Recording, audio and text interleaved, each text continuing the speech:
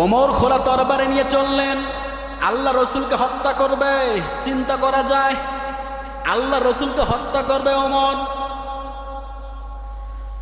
ঘোড়া নিয়ে তরবারি নিয়ে ওমর চলছেন, নবীজি সাল্লাল্লাহু আলাইহি সাল্লামকে হত্যা করবে, তার চিরচ্ছেদ করা হবে, শির মোবারক কেটে নেওয়া হবে।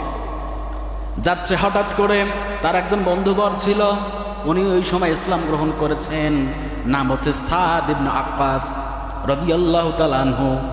ওমরকে ডাক দিয়ে বলছে, ওমর কোথায় যাও? হযরত ওমর ডাক দিয়ে বলছে, মুহাম্মাদের মাথা নিয়ে আসবো, যতক্ষণ না পর্যন্ত ওনার মাথা কেটে না আনবো আমি শান্তি পাবো না। ইসলামকে ব্যবহার করে মক্কার জমিনে ফিতনা সৃষ্টি করছে। বলে নাউজুবিল্লাহ। সে ওমর এখন দেখেন কোথায়। সাদ ইবনে ওয়াক্কাস বলছে, আগে নিজের বাড়িতে সামলাও, তোমার ভগ্নিপতি তোমার বোন দেখো ইসলাম কবুল করে বসে আছে, আর তুমি মুহাম্মাদের মাথা কাটার জন্য যাও। হযরত ওমর বলছে, কি সত্যি নাকি এমনটা? বলে হ্যাঁ। যদি এমনটা হয় যাচ্ছি বাড়ির দিকে।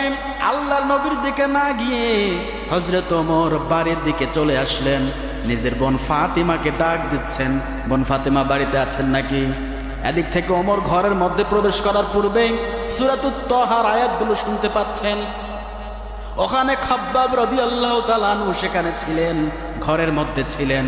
ওমরের কণ্ঠ শোনার সঙ্গে সঙ্গে তার বোন ফাতিমা রাদিয়াল্লাহু তাআলা আনহু স্বামীকে সামনে বসিয়ে রেখে খাব্বাব রাদিয়াল্লাহু তাআলা আনহুকে লুকিয়ে রেখেছেন, আড়াল করে রেখেছেন, যে না জানি ওমর ঢুকলে অবস্থা খারাপ করে দিবে, যেহেতু আল্লাহ রাসূলের সাহাবী। এবার ওমর দরজা ভেঙে ঢুকেছে, অথবা দরজাটা খুলে ঢুকলো। ডাক দিয়ে বলছে, তোমরা কি পাঠ করেছিলে এতক্ষণ বলো? বল তোমাকে বলবো না। হযরত ওমর এবার বোন জামাই ভগ্নিপতিকে আঘাত করা শুরু করলেন। জড়াজড়ি শুরু হয়ে গেল, একটা মারামারির পর্যায় সৃষ্টি হয়ে গেল।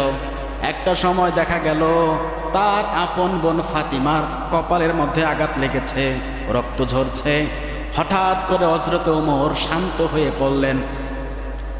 এত মার দিচ্ছি, তারপরে ইসলাম ছাড়তে চাও না, কারণ কি? বলে হ্যাঁ, আমরা ইসলাম গ্রহণ করেছি, আমাদেরকে তুমি যদি হত্যাও করে ফেলো ভাই ওমর, ইসলাম থেকে এক চুল পা কিছু পা হব না। তার বোন বলছে। ওমর হঠাৎ করে শান্ত হয়ে গেলেন। যখন শান্ত হয়ে গেলেন, ফাতেমা বুঝতে পারলেন, তার বোন বুঝতে পারলেন, বোন জামাই বুঝতে পারলেন কি ব্যাপার, ওমর তো শান্ত হওয়ার কথা না। তার মানে হয়তোবা হেদায়েত ঢুকিয়ে দিয়েছেন কে? খাব্বাব রাদিয়াল্লাহু তাআলা আনহু লুকিয়ে লুকিয়ে সব দেখছেন। খাব্বাব রাদিয়াল্লাহু তাআলা আনহু জানেন গতকালকে মুহাম্মদুর রাসূলুল্লাহ আবু জাহেল অথবা ওমরকে কবুল করার জন্য বলেছেন। আমার মনে হচ্ছে আবু জাহেলকে বাদ দিয়ে রব্বুল আলামিন ওমরকে কবুল করে নিয়েছেন, বলে আল্লাহু আকবার। এবার খাব্বাব রাদিয়াল্লাহু তাআলা আনহু লুকালেন না, আর বের হয়ে আসলেন। বের হয়ে এসে বলে, ওমর কি বলতে চাও? এটা ইসলামের কথা, কোরআনের কথা আমরা পাঠ করছিলাম। বলে আমাকে দাও, আমি একটু পড়তে চাই। এবার বোন বলছে, না ভাই পড়া যাবে না, আগে পবিত্র হয়ে আসেন, গোসল করে আসেন, উজু করে আসেন, এরপরে এটা আপনি পড়তে পারবেন। হযরত ওমরের রাগ ঠান্ডা হয়ে গেল, শীতল হয়ে গেল।